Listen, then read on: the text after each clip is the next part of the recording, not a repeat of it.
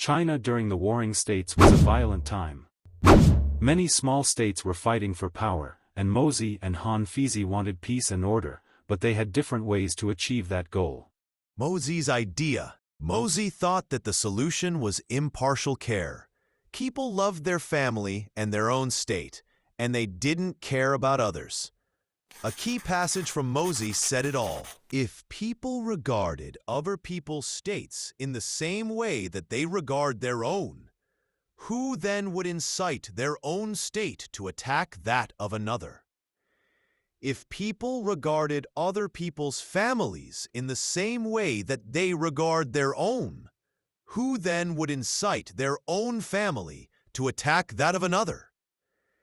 And so, if states and cities do not attack one another, and families do not wreak havoc upon and steal from one another, would this be a harm to the world or a benefit? Mozi thinks the main problem is that everyone cares too much about their own communities and not enough about others.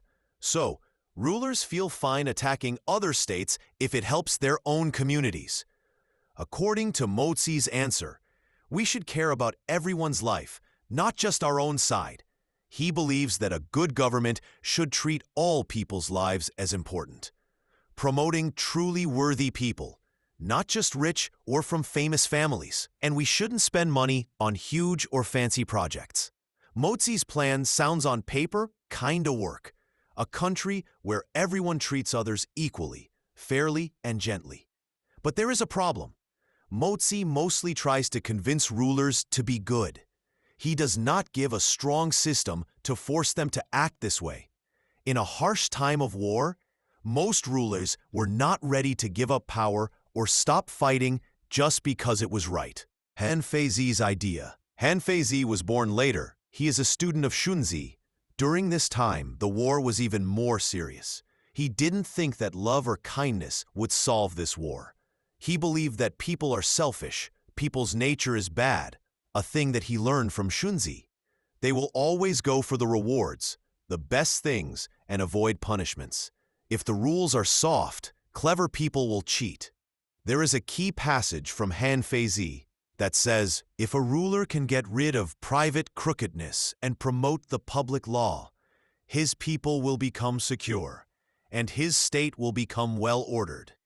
If he can expel private conduct and enforce the public law, his troops will grow strong, while his enemies grow weak. If a ruler distributes rewards based on reputation and hands out penalties based on slander, those who covet rewards and hate penalties will abandon the public law and carry out their private schemes. So for his system is strict and cold, but it's easy to apply in a country.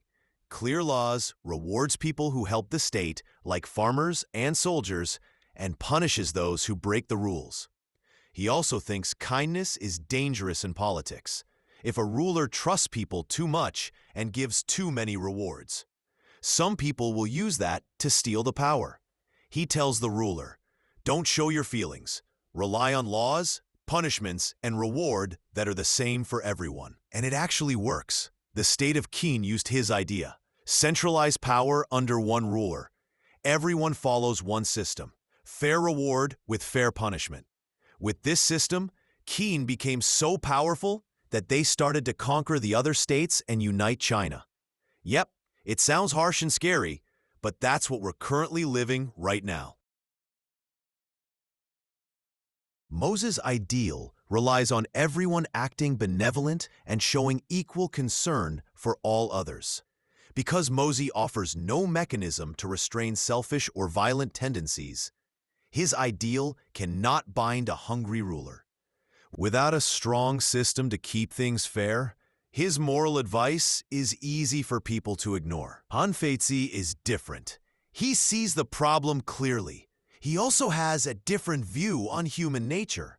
Mozi wants others to practice impartial care, but during a dangerous time like the Warring States, no one cares about others. Rulers only care about how to get more land. Han Feizi accepts that and builds a system around it where rewards and punishments are clearly defined. He understands that people are selfish and only want the best for themselves. A powerful minister might pretend to be loyal while he's gathering people to stand on his side. His answer shows that we don't trust their words and use the laws. That's why he can unite China and Mozi doesn't. I agree with him. If you give people fuzzy rules, people get confused or they will break the rules.